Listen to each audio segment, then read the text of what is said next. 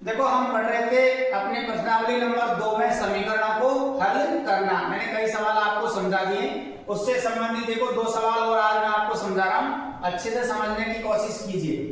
देखो पहला सवाल ये है n/2 - 3n/4 + 5n/6 = 21। देखो सबसे पहला काम हमारा है 2, 4, 6 का लघुत्तम लेना। लघुत्तम लेना मैंने आपको बता दिया, पहले एलसीएम कैसे लेते हैं। देखो 2 और 4 अगर समझ में नहीं आया तो एक बार फिर देखो 2, 4 और 6 लघुत्तम कैसे लेंगे, इस प्रकार। सबसे पहले काम हमको 2 का भाग देना है, एक बार 2 का भाग 4 में दिया, 2 बार 2 का भाग 6 में दिया, कितनी बार गया, 3 बार। अब फिर किसका भाग देंगे हम, 2 का 1, 2 का भाग 2 में एक बार, 2 का भाग 3 में नहीं जाता है तो 3 का 3। अब फिर हम 3 का भाग देंगे 1, 1, 1। इनको गुणा करो, 2 गुणा करेंगे 2 तो 4, 4 गुणा 3 करेंगे तो कितना आया, 12। तो इनका लघुत्तम कितना आएगा, 12। अब 2 का भाग देना हमको किसमें, 12 में। 2 का भाग 12 में दो, कितनी बार गया, 6 बार। 6 को किससे गुणा करना है, n से। 6 को n से गुणा करेंगे जब आएगा 6n, चिन्ह माइनस का है तो माइनस। अब 4 का भाग देना 12 में। 4 का भाग 12 में कितनी बार गया, 3 बार। 3 को 3n से गुणा करेंगे, 3 गुणा 3 करेंगे तो कितना आया, 9n का n, चिन्ह प्लस का है तो यहाँ पर क्या लगाएंगे, प्लस। फिर 6 का भाग देना किसमें, 12 में। 6 का भाग 12 में कितनी बार, 2 बार। 2 को 5 से गुणा करो, 2 गुणा 5 करेंगे जब 10n, और आगे बराबर में आपके यहाँ 21 है तो 21। ठीक है। अब देखो यहां पर देखो ये और ये 6n और 10n तो प्लस के हैं और ये माइनस के हैं, तो पहले प्लस प्लस वाली संख्याओं को अलग जोड़ दो। 10 और 6 जोड़ेंगे, 10 और 6 कितने हो गए, 16n। चिन्ह माइनस का है माइनस, और बचेगा यहाँ पर 9n, और बटे में यहाँ 12 है तो 12, और बराबर में 21 है तो 21। देखो 16 में से 9 घटाओ, 16 में से 9 घटाए तो कितने बचेंगे, 7n का n, और नीचे बटे में 12 है तो 12, और आगे 21 है तो 21। अब देखो इनके 21 के नीचे कुछ नहीं है, एक मान के क्या करना हमको, ये वज्र गुणा। क्या करेंगे यहाँ पर, वज्र गुणा। वज्र गुणा कर दो तो देखो ये हो गया 7n बराबर 21, पहले से ये 12 इससे गुणा हो जाएगा, 12 गुणा हो गया। हमको मान है किसका ज्ञात करना, केवल n का, तो n बराबर हो गया 21 गुणा 12 और बटे में 7। 7 का भाग 21 में कितनी बार गया, 3 बार। अब देखो n बराबर कितना आ जाएगा, 12 को 3 से गुणा करो, 12 है 12 भाग 2 24 भाग 36, तो n का मान यहाँ पर कितना आ गया, 36। आया समझ में। लघुत्तम लिया सबसे पहले, 2 का भाग दिया 12 में 6 बार, 6 को n से गुणा करेंगे तो 6n, माइनस है तो माइनस। 4 का भाग 12 में 3 बार, 3 को 3 से गुणा किया 9n। 6 का भाग 12 में 2 बार, 2 को 5 से गुणा किया तो 10n। ये दोनों प्लस के हैं, 10 और 6 तो 10 और 6 16 हो गए। 16 में से 9 घटाए कितने बचे, 7। अब 7 बटे 12 बराबर 21 है, बटे में कुछ भी नहीं है, एक मान लिया। वज्र गुणा कर दिया, 7n को 1 से गुणा करेंगे 7n, 12 21 से यहाँ गुणा हो जाएगा। मान हमको n का ज्ञात करना है, तो n बराबर देखो 7 का भाग 21 में गया 3 बार, 3 को और 12 को गुणा किया तो कितना आया, 36। अब देखो ये वाला सवाल सुनो, पहले देखो कोष्टक वाली संख्या है, इसको किससे गुणा करोगे, 3 से। 3 से गुणा किया, 5 को 5 किया 15, 5 किया 15, z है तो z, चिन्ह माइनस का है तो माइनस। अब 7 को और 3 को गुणा करो, 7 किया 21, चिन्ह माइनस है तो माइनस लगाओ। 9 और 2 गुणा करेंगे, 9 दूनी 18, z का z। अब देखो ये माइनस और ये माइनस, माइनस और माइनस क्या होता है, प्लस। माइनस और माइनस प्लस। 2 को 11 से गुणा करेंगे तो 11 दूनी 22, आगे बराबर का चिन्ह है तो बराबर का चिन्ह लगा दो।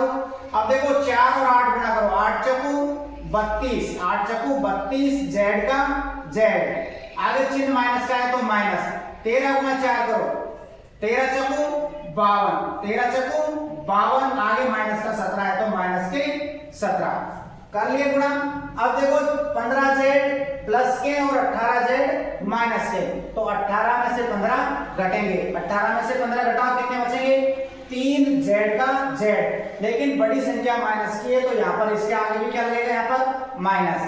ये 22 है और ये 21, 21 माइनस के और 22 प्लस के, तो 22 में से 21 घटाएंगे तो क्या बचेंगे, यहाँ पर प्लस का 1, बराबर का चिन्ह है, बराबर लगा दो। 32z का 32z, और देखो ये दोनों माइनस माइनस की संख्या है, 17 और 52 को जोड़ दो, माइनस की संख्या तो माइनस रहेगा, 7 और 2 9 और 5 और 1 6।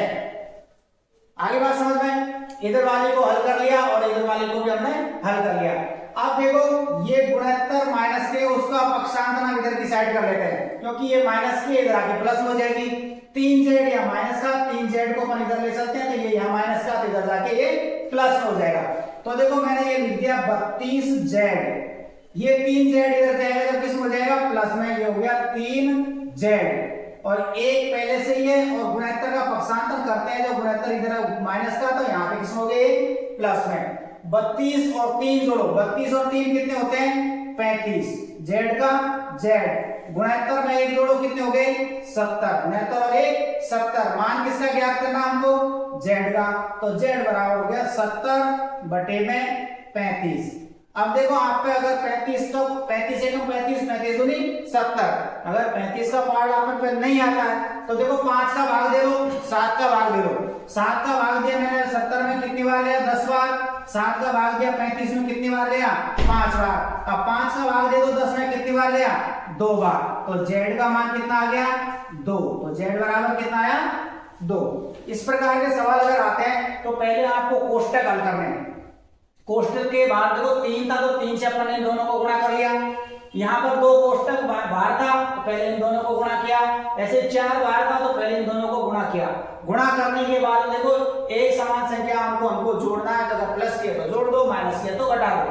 15 प्लस किया और 18 माइनस किया, 18 में से 15 घटाए तो 3 बचे थे, 22 में से 21 घटाए जब 1, फिर इधर देखो 32z का 32z, दोनों माइनस की संख्या जुड़ गई, पक्षांतर कर लिया, 3z का इधर पक्षांतर किया, गुणोत्तर का इधर किया, तो 32 और ये 3 प्लस के 32 और 3 कितने हो गए 35, गुणोत्तर और 1 70, z का मान ज्ञात करना 70 बटे में 35, 35 दूनी 70 भी कर सकते हो, या फिर आप इसमें 7 का भाग देके भी इसको काट सकते हो। ये हो गया आपके समीकरण हल करने वाले सवाल। और इससे संबंधित आपको मैं 1-2 उदाहरण और दे देता हूं, आपको मैं 1-2 उदाहरण दे देता हूं ताकि उनको आप खुद हल करें। देखो मैं उदाहरण दिख रहा हूं आपको, इनको आपको खुद को हल करना है, समझाए मैंने सवाल, उनके अकॉर्डिंग आपको इनको हल करना है।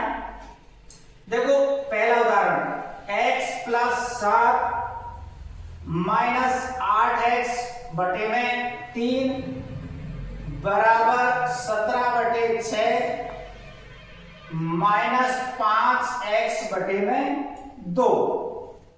दूसरा उदाहरण देखो, m minus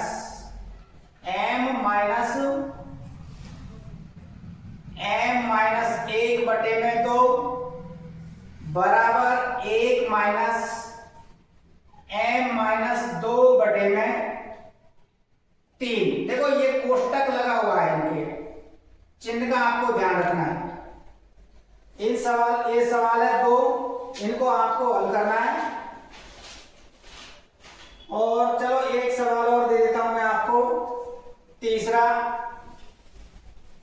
15y - 4 - 2 y - 9 + 5 y + 6 बराबर 0। अब ये सवाल समीकरण वाले समझाए, आपको इन सवालों को भी इनके अनुसार हल करना है, ठीक है।